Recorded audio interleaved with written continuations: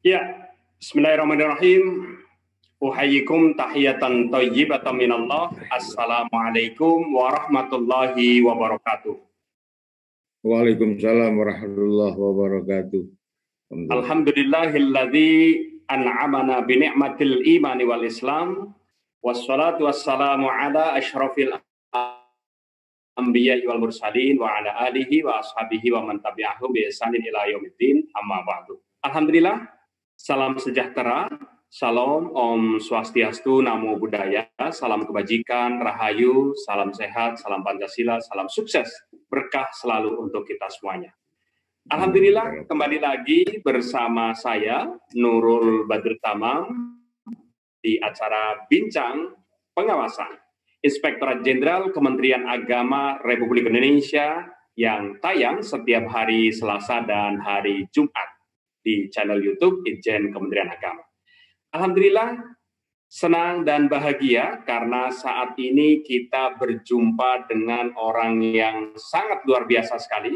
Di tengah-tengah kesibukan beliau masih bisa bergabung di acara Bincang Pengawasan. Tentu ini menjadi satu kehormatan buat kami, terutama di keluarga besar Inspektorat Jenderal Kementerian Agama dan seluruh ASN dan seluruh masyarakat yang ingin mengenal lebih dekat dengan salah satu tokoh yang sangat luar biasa sekali, yaitu Kiai Haji Anas Fauzi, SAG MPD. Assalamualaikum, Kiai. Waalaikumsalam warahmatullahi wabarakatuh. Masya Allah, sehat, Kiai? Alhamdulillahirabbil alamin. Iya, beliau ini adalah penghulu yang viral di jagat media sosial. Yang paling banyak itu di TikTok ya, dengan pesan-pesan beliau yang sangat dahsyat dan sangat menghujam, sangat mengena sekali, terutama bagi para jomblower, bagi para calon yang sudah nganten baru maupun nganten lama. Kaitannya dengan ketahanan keluarga. Baik, kita sapa dan kita masuk lebih dalam biografi beliau. Banyak yang nanya-nanya, Yai. Assalamualaikum, kita mulai, Yai. Waalaikumsalam warahmatullahi wabarakatuh. Pak Muhammad Risa, saudaraku se-Indonesia, mudah-mudahan tetap dalam sehat walafiat, dalam perlindungan Allah Subhanahu wa Ta'ala. Terima kasih dari Jen Kementerian Agama Republik Indonesia yang memberikan kepercayaan kepada saya untuk menjadi tamu. Dengan kondisi yang seadanya, inilah saya menjadi tamu yang mudah-mudahan bermanfaat untuk kita semua. Perlu diperkenalkan, nama saya terlahir dari seorang ibu bernama Hajah Sa'diyah.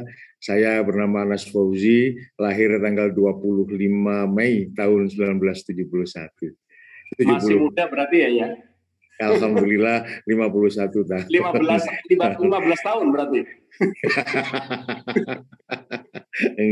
Alhamdulillah, bicara pendidikan, selesai saya pendidikan dari hingga sampai S3, mudah-mudahan doa restu.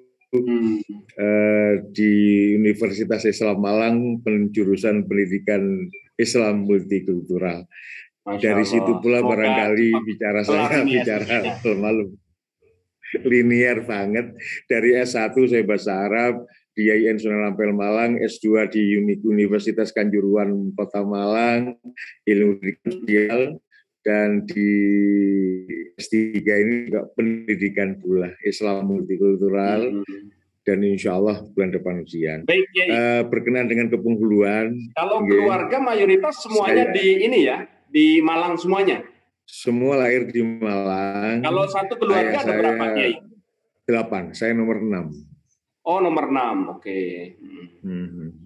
Dan pendidikan dari kecil di pesantren mana saja ini? Banyak yang nanya juga ini, penasaran. Ya, 3 tahun saya ada di pondok pesantren An-Nur, Kabupaten Malang. Kemudian saya pernah juga sebentar masuk di Gontor, tapi karena nakalnya otak saya ini saya tidak kerasan. Terus saya keluar dan menyambung di pondok pesantren Wali Songo Ngabar 4 tahun. Kemudian saya pulang, terus saya kuliah, dan nyambi kuliah saya mencoba untuk mendengarkan nasihat-nasihat dari Kiai Haji Basori Alwi pondok ilmu Quran. Walau tidak lama, sekali-kali kami datang dalam 1 pekan 2-3 kali. Kemudian belajar ilmu tasawuf juga saya pernah lakukan sampai ke Blitar 6 tahun. Wah, jadi sangat sempurna sekali ini ya. Terus kalau boleh tahu dulu mantan pacar itu dari mana ya? Alhamdulillah. Ketemu istri. Iya, waktu itu saya kan sejak mahasiswa sudah ngisi pengajian di masjid. Nah, dan banyak penggemarnya ya. Penggemarnya banyak. Ya, mudah-mudahan manfaat saja. Iya. Di pengajian itu kok rata-rata usia 40 ke atas kan begitu. Kok ini 40 ke bawah dan terus dia. Akhirnya ini kok aktif banget ya pengajian rutin ini. Akhirnya ya kita tanya, Assalamualaikum waktu pulang itu. Orang Malang juga atau orang Malang juga. Iya ya, barangkali salah satu penggemar pengajian. Terus dan akhirnya putra putri Kiai ada berapa? Ada 3. Ada 3 ya. Pertama sudah menikah, kemudian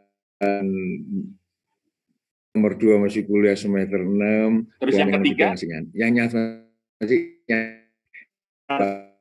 Pemirsa masih ada kesempatan ini, masih ada 2 putra putri beliau. Insya Allah, monggo.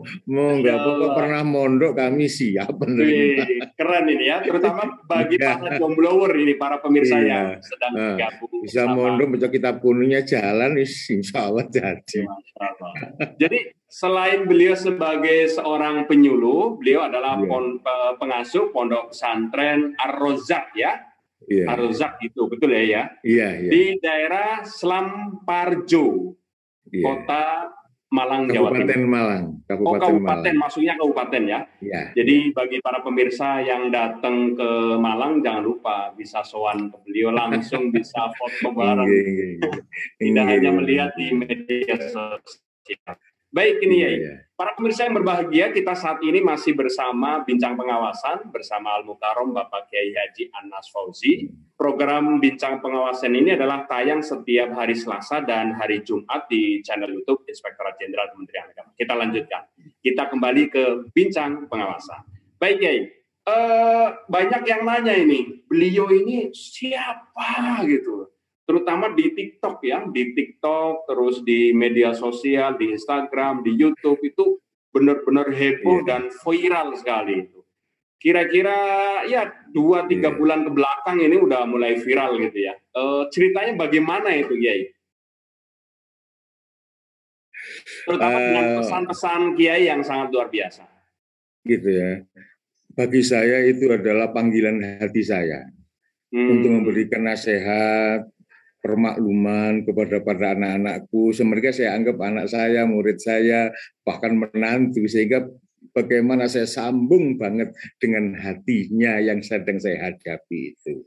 Di samping ini merupakan kebijakan dan komitmen dari pimpinan untuk memberikan pelayanan masyarakat yang sebaik-baiknya melalui ZI dan lain-lain itu di Kota Malang, saya pun menyambut itu sehingga dengan saya lakukan seperti ini. Saya menyapa masyarakat melalui daring, saya menyapa masyarakat melalui luring dengan bahasa-bahasa saya suka dengan sebutan anakku. Sehingga nasihat itu saya berikan mudah-mudahan bisa diterima meskipun itu berat adanya. Terutama sekali adalah kalau saya lihat calon-calon manten di zaman saya dengan zaman sekarang kan beda. Kalau zaman saya dari tirakat, kalau dulu masih tirakat dulu, puasa dulu, sholat malamnya bahkan nyantri walau hanya 1, 2, 3 hari. Tapi sekarang masa pergaulan, tanda kutip pergaulan tidak pakai begitu menikah dari situ.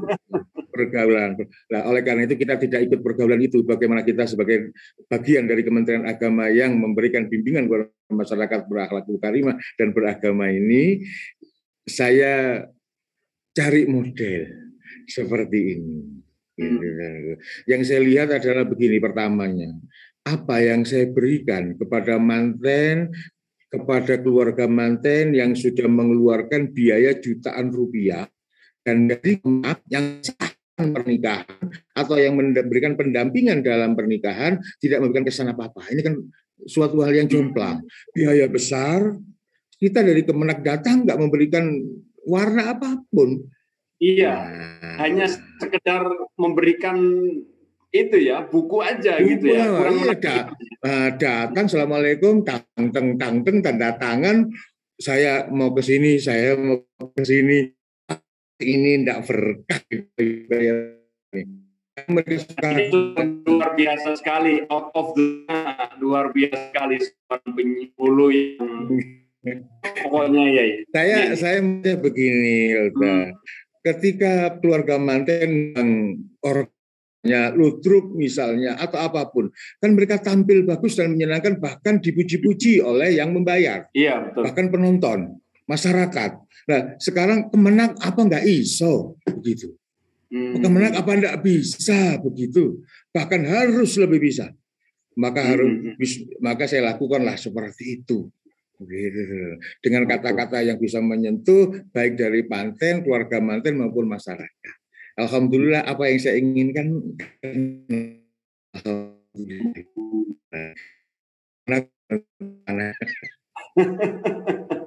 Baik, luar biasa sekali. Itu pertama dilakukan itu sejak kapan itu ya? Sejak sebelum viral pertama ya. Sebelum viral itu sudah saya mau coba. Saya sudah coba, cuman barangkali masih terkotak-kotak begitu, belum manis, belum sempurna, sehingga barangkali WO juga belum tertarik untuk itu.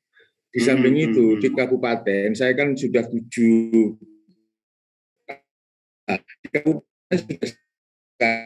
di kabupaten berbeda dengan di kota.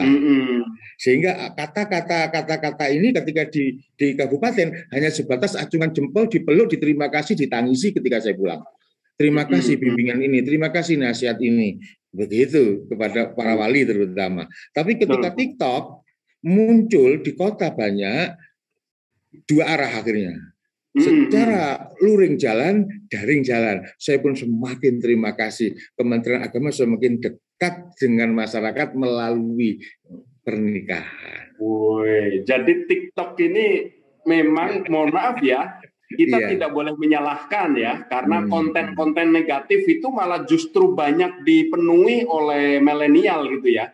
Dan ini ada seorang penghulu hadir dengan konten-konten yang sangat positif dan menghujam ke hati para terutama yang sudah menikah ataupun calon ya, pengantin baru ini. Dan sebagaimana kita ketahui para pemirsa, kalau nikah di kantor itu 0 rupiah. Nah, kalau di luar kantor atau di rumah atau dimanapun itu 600.000. Baik, kita lanjutkan ini Yai. Pesan-pesan yang Kiai dapatkan itu lebih banyak dari Kiai yang penuh takzimi siapa aja Kiai? Yang terinspirasi gitu ya. Terutama dari guru-gurunya Kiai ini. Siapa aja ini kira-kira? Itu muncul sendiri. Gitu ya. Iya, saya pun memberikan materi juga tidak semua sama. Kepada manten ini saya lihat, kalau mantennya ahli Quran, mantennya ahli ngaji, ahli dzikir, arah saya adalah titip saya, buatkan kami cucu yang istimewa. Pesan saya begitu. Al-Qurannya yang sudah bagus. Saya kepingin sekali engkau dicari-cari di surga karena anak-anakmu paham tentang Al-Quran. Falahu tajun yaumal qiyamah itu kan ada dalilnya seperti itu. Ya Rob, mengapa kau cari ibu bapak? Mengapa kau cari ibu bapaknya ini? Falahu tajun yaumal qiyamah, dia berhak mendapat mahkota surga karena mengajarkan Quran kepada anak-anaknya. Nah, kalau bahasa ini diteluarkan kepada yang nggak bisa baca Quran, terasa berat. Maka saya membuat materi beda. Anakku, insya Allah kau sebentar lagi punya anak dari istrimu yang cantik dan kau cintai ini. Kepingin anak yang sehat, kepingin anak yang solih, jangan tinggalkan berdoa, jangan tinggalkan Al-Quran. Beda. Cara penyampaiannya beda. Kan kita bisa lihat calon manten ini bagaimana. Kalau semua buat sama, nggak masuk TikTok saya. Betul. Luar biasa sekali. Ini karena terkait konteks dan materi dakwahnya menghujam gitu, dilihat kondisi pada saat kita datang. Baik, kalau di Lowokwaru ini dalam 1 bulan itu ada berapa kali pernikahan ya? Insya Allah kalau dalam 1 bulan 100, rata-rata 100. Kalau penghulunya sendiri ada berapa? 100. Kalau di Lowokwaru? 3 dengan saya. Oh 3 ya, oke. Baik, para pemirsa yang berbahagia, ini kita kedatangan tamu yang sangat luar biasa sekali. Dan nanti kita juga ajak gandeng di acara Agen Perubahan, insya Allah nanti akan tayang di tanggal 30 September 2021. Baik, kita lanjutkan Yai.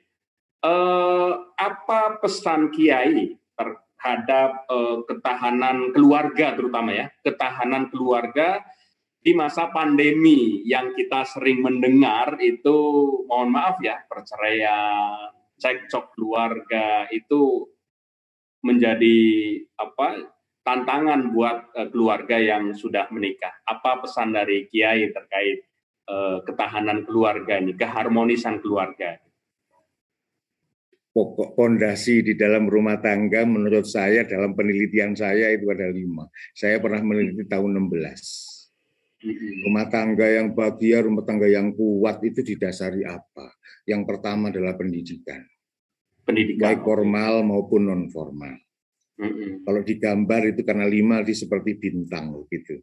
Tengahnya RTB, rumah tangga bahagia. Di sayap kanan di situ ada psikososial. Kenali lingkungan, kenali peradaban berbeda. Istri yang barangkali nggak sama perangai dengan kita. Psikososial di situ harus lebih kental. Kemudian di sisi yang lain spiritual. Spiritual ini. Dari 3 unsur ini saya rangkum menjadi sebuah nomor 1, yakni ibadah bersama.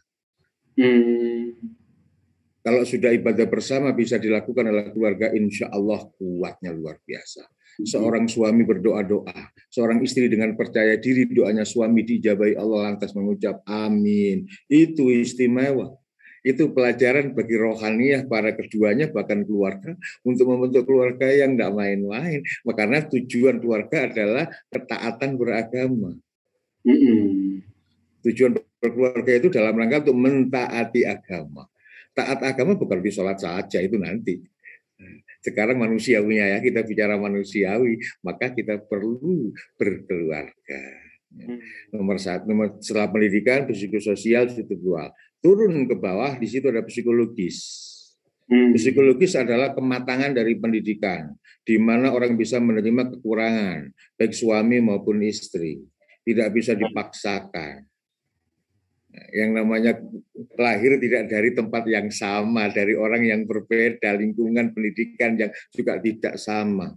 Barangkali alamat sama, di kota yang sama, tapi perangai kelahiran pendidikan dari nasab tidak sama. Maka psikologis perlu dibina. Melalui apa itu? Kembali lagi, ilmu, taklim.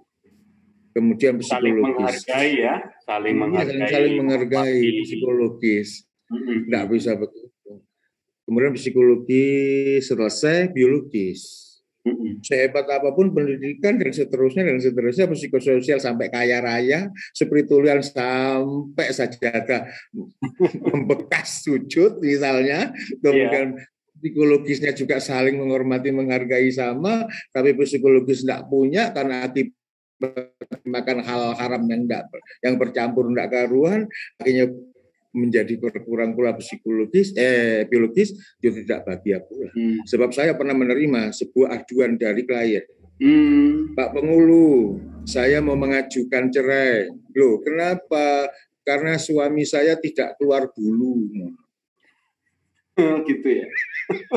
Nah, berarti kan ada kurang di situ. Akhirnya saya bilang, walaupun sudah sempurna di semua sisi, tapi ada satu tadi ya. Satu tadi itu tidak nyaman. Kan begitu. Apa tidak bisa diganti dengan apa namanya itu bulu ayam Alat. apa yang itu dalam itu. Ya Allah. Nah, ini kan bentuk tuntutan untuk senang dalam berumah tangga melalui psikologi. Psikologi iya, psikologis iya, kemudian psikososial sudah, pendidikan tinggi, tapi tidak sholat, tidak ibadah, tidak kenal ulama, supranaturalnya kurang, itu pun juga akhirnya menjadi masalah. Iya. Nah, sehingga saya buat sebuah kesimpulan, rumah tangga bahagia saudaraku bentuklah melalui pendidikan, psikososial, spiritual, psikologis dan biologis yang mencukupi. Apalagi di program di KUA itu ada semacam penataran calon pengantin, itu penting sekali ya. Iya, internal. Dan ini menjadi program ikon itu, terutama ya, di bagi kami BINWIN itu internal di dalam. Itu hanya untuk calon-calon manten saja. Terpaksa dia untuk mendengar. Kan begitu kan? Karena khawatir nanti nggak dihormati, nggak dihargai, nggak dilayani KUA karena nggak datang. Akhirnya muncullah pikiran yang penting datang. Itu internal. Eksternal saya mencoba lakukan pembinaan yang lain. Manten mendengar, orang tua mendengar, masyarakat pun juga mendengar. Ini yang kami ingin. Contoh masalah mas kawin, mahar. Yeah. Mahar itu kalau zaman sekarang, zamannya anak-anak milenial ini kan dibikin yang aneh-aneh. Ada mahal saham, mahar saham. Padahal sudah diterangkan itu kan di Al-Quran, mahar itu pemberian yang pertama dari seorang calon suami, permintaan istri, dan di situ ada ruhnya, ruh keikhlasan. Tidak asal memberi, bukan gaya-gayahan, apalagi dimasukkan figura emasnya mas tidak bagus, artinya tidak sungguhan, mas palsu, padahal nikahnya palsu, nikahnya sungguhan. Kalau saya terangkan begini, anakku, mas kawinmu mana? Itu model dialog. Mas kawinnya mana nak? Sudah siap. Ini Pak, berapa ini? Misalnya 1 juta rupiah. Di figura ini loh nak, iya. Ini uang sungguhan atau mainan? Mainan Pak, sungguhannya di bank. Udah ngarang aja di sini. Ini namanya Jawa. Akhirnya saya terangkan, anakku, terkenanya musibah memberi itu karena tahun 89.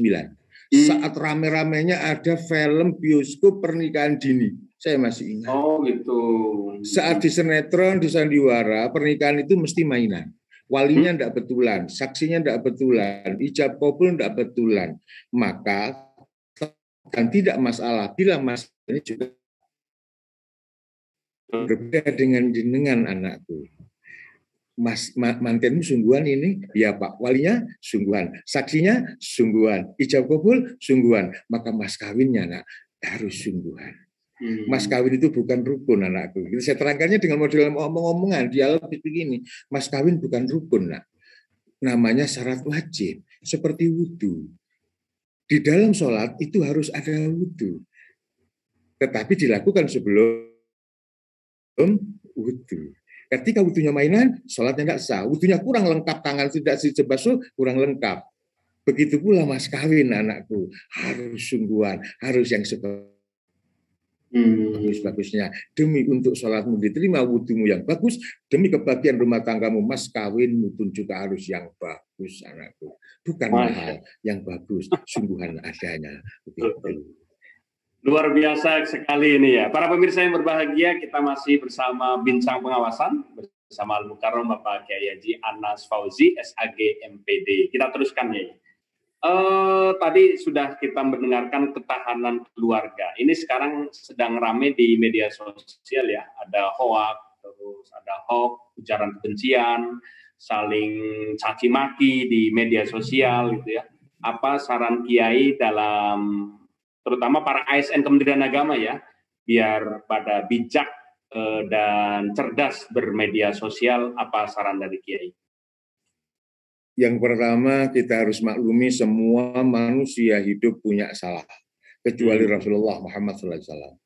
Sebagaimana saya yang sering di TikTok dan banyak di IG dan lain-lain, sarannya enggak semuanya bagus. Ada yang tidak bagus, saya pun jawab. Saya ini bukan Nabi, bukan Rasul. Nabi Ibrahim saja pernah salah, Nabi Adam pernah salah, Anas lebih banyak salah. Maka ingatkan saya ketika saya salah. Itu saling menasehati ya, gitu ya. Artinya adalah saling nasihat menasehati, ingat mengingatkan. Kementerian Agama arahnya ke sana, mengingatkan, menasehati diri ini dengan orang lain, bukan ikut-ikut memberikan jawaban seperti mereka. Tidak. Maka dari itu saya pun juga sampaikan, tiba-tiba Pak Yai kok sekarang menjadi viral di TikTok di zaman sekarang. Saya jawab begini, Insya Allah ini adalah salah satu obat PPKM. Kemarin-kemarin para wali, para keluarga sedih, susah akan menikahkan putra-putrinya. Harus jaga jarak, harus ini, harus itu, dan seterusnya. Mereka sedih. Maka penghulu datang, Kementerian Agama datang, menjadi penghibur dalam keadaan yang seperti itu. Gitu. Mereka nyaman-nyaman jawabannya. Baik, kalau di Kota Malang ini, bagi para pemirsa yang belum pernah datang ke Kota Malang, ini banyak kulinernya loh ya. Ada wisatanya. Gitu. Kalau di Kota Malang apa ini? Kita lari ke kuliner dulu nih. Kebetulan saya bicara kuliner itu hampir tidak pernah. Mainan ya. Di rumah cukup.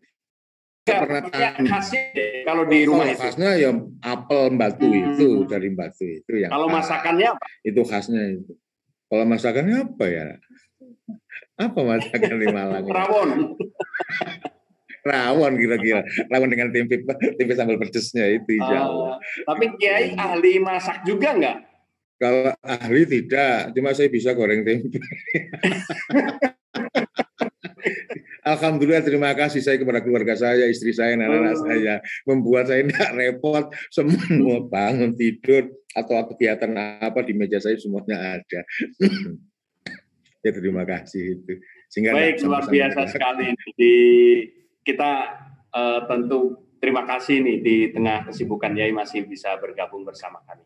Baik, selanjutnya sebelum kita tutup, di apa pesan Kiai terkait menjaga persatuan dan kesatuan anak bangsa, kita pengen mendengarkan ini pesan-pesan dahsyat yang sudah disampaikan di acara ngantenan itu ya. Ya cukup 2 atau 3 nih. Kita pengen mendengarkan tausiah mau itu hasanah dari Kiai. Ya 1, 2, 3 menit gitu ya. Terutama ketika tampil di ini apa? Di acara ngantenan dengan gaya yang sangat luar biasa. Saya tertegun itu dengan gaya Kiai yang sangat top gitu ya. Karena keluar dari hati yang sangat tulus. Dipersilakan ya. Bismillahirrahmanirrahim kepada anak-anakku, kepada saudaraku dan kepada saya juga. Ayo sama-sama menjaga rumah tangga dengan saling menghormati, tahap beban, saling tetap mencintai sebagaimana di awal, kemudian ta'awunan, saling bantu dan tasyawuran dan bermusyawarah. Yang pertama itu untuk para yang sudah menikah dan akan menikah, persiapkan diri untuk itu. Kemudian yang kedua adalah samakan persepsi suami istri setelah saling menikah, saling mencintai, menyenangi, tasawuron, musyawarah, perkuat dengan beribadah bersama, saling jujur, dan saling dermawan. Suami memberi, istri tahu, istri berbagi, suami pun mengizini. Insya Allah bahagia itu karena itu. Ketika sudah di antara kita nggak ada saling percaya, rasanya nggak nyaman. Hanya sebatas lipstik belaka di dalam kamar, saling suka, di dalam meja makan, saling bahagia. Tapi sesungguhnya tidak begitu, insya Allah sedikit demi sedikit ya akan menjadi rusak pula. Sehingga dari hati yang paling dalam dirawat melalui ibadah bersama, saling jujur dan saling dermawan. Mengapa dermawan menjadi ukuran kebahagiaan rumah tangga? Di awal kita menikah, seorang laki-laki itu bertanya kepada seorang calon istri, "Dek, minta apa, Mas kawin?" Disitulah pintu kunci membuka pintu keberkahan rumah tangga, saling ikhlas, meminta dan menerima, memberi dan menerima. Allahu Akbar, saat itulah diperlukan adanya mas kawin yang seindah-indahnya mas kawin melalui hati. Bukan di seni, bukan karena gaya, bukan karena merasa kaya, tidak. Tetapi mas kawin adalah ungkapan agama. Relasi agama itu dengan hati, bukan dengan gaya. Islam menerima seni, tapi Islam jangan diseni. Kepada anak-anakku yang di luaran, kasihani ibu, kasihani bapak, ayo dekat kiai, ayo dekat ilmu, sekolah yang bagus, hindari pergaulan-pergaulan yang menjadikan dirimu kecewa, menyesal di kemudian hari. Contoh ketika kau tato dirimu, saat itu kau bangga, anakku. Bangga di 12 tahun, 10 sampai 2 tahun, tapi setelah menikah, kau malu ketika dilihat tatumu oleh anak-anakmu. Jangan kau lakukan itu lagi, anakku, dan yang belum untuk yang buat masa depanmu menjadi malu di hadapan anak-anakmu. Gitu. Ayo kita jadikan anak kita anak yang bagus dan diri kita lebih bagus, insya Allah. Amin ya Rabbal Alamin ya. Semoga kita juga diberikan keturunan yang soleh dan soleha ya, karena ini sebagai generasi penerus terutama di Indonesia. Baik, terima kasih sekali Yai. Dan yang terakhir, apa pesan Kiai, terutama para ASN Kementerian Agama dan seluruh masyarakat dalam rangka kita menjaga NKRI dan persatuan dan kesatuan anak bangsa? Alhamdulillahirrahmanirrahim. Toleransi adalah sebuah kerukunan. Setelah salah satu bentuk tipologi manusia yang harus ada itu adalah rukun. Dalam kerukunan itulah muncul sebuah sebutan akhlakul karimah, saling menghormati, menghargai, dan tidak diskriminasi, baik antar agama, kepulauan, bahasa, ras, bahkan etnis, atau mungkin latar belakang dari masing-masing kita. Insya Allah kita terima kasih dengan Kementerian Agama yang terus solid bersama-sama, terus menyapa yang di bawah, dan saya juga menjadi bangga, menjadi bagian dari Kementerian Agama yang sekarang menjadi perhatian. Saya bangga sekali, saya terima kasih kembali kepada Pak Menteri Agama, kepada Bapak Kakanwil Jawa Timur, kepada Kepala Kementerian Kota Malang yang memberikan izin dan restunya saya menjadi pengurus. Terima kasih, dan saya siap untuk Kementerian Agama dan melaksanakan sebaik-baiknya, dan saya pula siap untuk menjaga kerukunan umat beragama melalui tupoksi saya di kecamatan. Luar biasa sekali ya. Dan apa komen dari Kiai terkait program pengawasan ini yang sudah masuk di edisi ratusan ini ya, dari tayang setiap hari Selasa dan hari Jumat. Apa saran Kiai untuk Inspektorat Jenderal Kementerian Agama? Jadi kita pengen merubah image Itjen itu bukan hanya mengaudit terus gitu ya, bahwasanya kita punya sisi edukatif kepada saker, kepada masyarakat dan kepada publik. Alhamdulillahirrahmanirrahim. Dengan adanya acara seperti ini menunjukkan bahwasanya tidak hanya cukup 1 titik, 2 titik pekerjaan di Itjen, tapi ada yang namanya nuansa menyenangkan. Semua pihak turun untuk memberikan binaan, menyapa, dan lain-lain. Ini penting untuk menyebut namanya saja sudah ngeri kan? Itjen ini sudah ngeri toh.